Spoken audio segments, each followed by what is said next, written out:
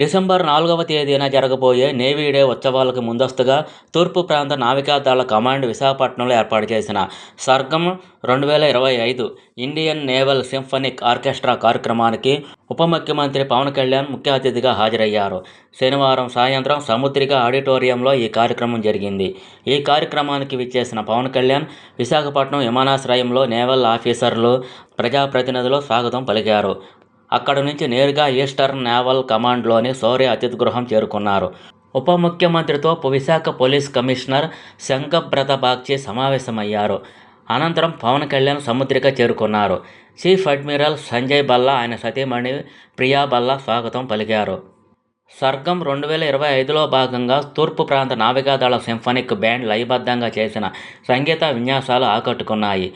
దేశభక్తి గీతాలు, హిందీ పాటలతో పాటు ఎన్విరాన్మెంట్ సంబంధిత అంశాలపై కూడా ఈస్టర్న్ నేవీ బ్యాండ్ చేసిన సంగీతం అందరినీ ఆకట్టుకుంది. సుమారు గంటకు పైగా ఈ సంగీత విన్యాసాలు అందరినీ సమ్మోహితం చేశాయి. ఈ కార్యక్రమానికి ముఖ్య అతిథిగా విచ్చేసిన పవన్ కళ్యాణ్ చేతుల మీదుగా లయన్ కింగ్ మ్యూజిక్ మెమోంటును భరత్ కుమార్ సింగ్ బాబుకి అందజేశారు. తూర్పు ప్రాంత నావికాదళ command vice admiral Sanjay Balla చేతుల మీదుగా ముఖ్య అతిథి పవన్ కళ్యాణ్ టోకెన్ ఆఫ్ రిమెంబరెన్స్ను స్వీకరించారు. ఈ కార్యక్రమంలో పవన్ కళ్యాణ్ కుమారుడు అఖిరానందన్ కూడా పాల్గొన్నారు.